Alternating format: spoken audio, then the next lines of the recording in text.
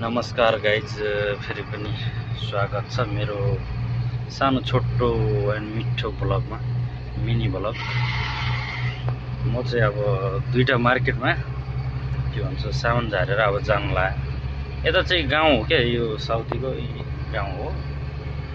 मतलब यस्तो खेतीबाडी अन्त बाख्रा साख्रा पाल्ने त्यो चाहिँ छ क्या यता। अनि एउटा दुईवटा मार्केट छ, त्यसमा सामान झारेर छोटो अब जान लागेको। यताको बसोबास यताको फेरि 2-3वटा घर हुन्छ, त्यही हो। यता चाहिँ बाख्रा पाल्ने, त्यो खेती गर्ने, त्यही गाउँ घर हो। यताको बस स्ट्यान्ड, यताको फेरि रुखहरू बाटो हेर्नुहोस्, बाटो यता खत्तम छ, त्यही हो। घाम चाहिँ फेरि बेसरी लागेको छ।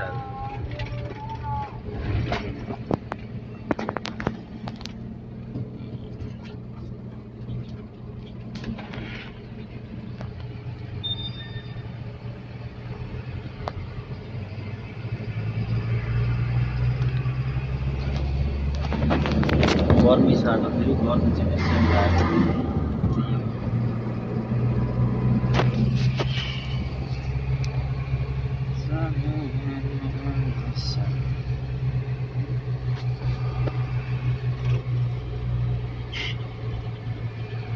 कस्तो लागिरहेको तपाईँहरूलाई कमेन्ट यसो गरिदिनु होला हैन।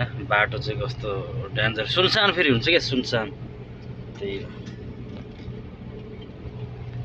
फट्ट गाडी आउँछ, त्यही हो, सुनसान हुन्छ। फेरि गाडी आयो भने सट्टै आउँछ, एकदम स्पिड हुन्छ, त्यही हो।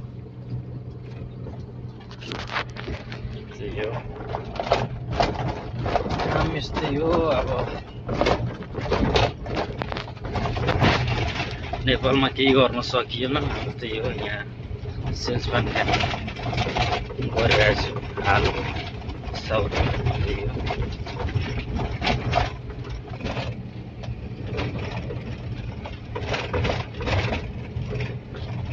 यहाँको पहाडहरू हेर्नु न, फेरि पहाडहरू ढुङ्गा के भन्छ, घामले क्या पुरै कालो हुन्छ क्या, पुरै डढेको स्टाइल। त ढुङ्गा पनि यार यस्तो गर्मी हुन्छ, यस्तो घाम हुन्छ।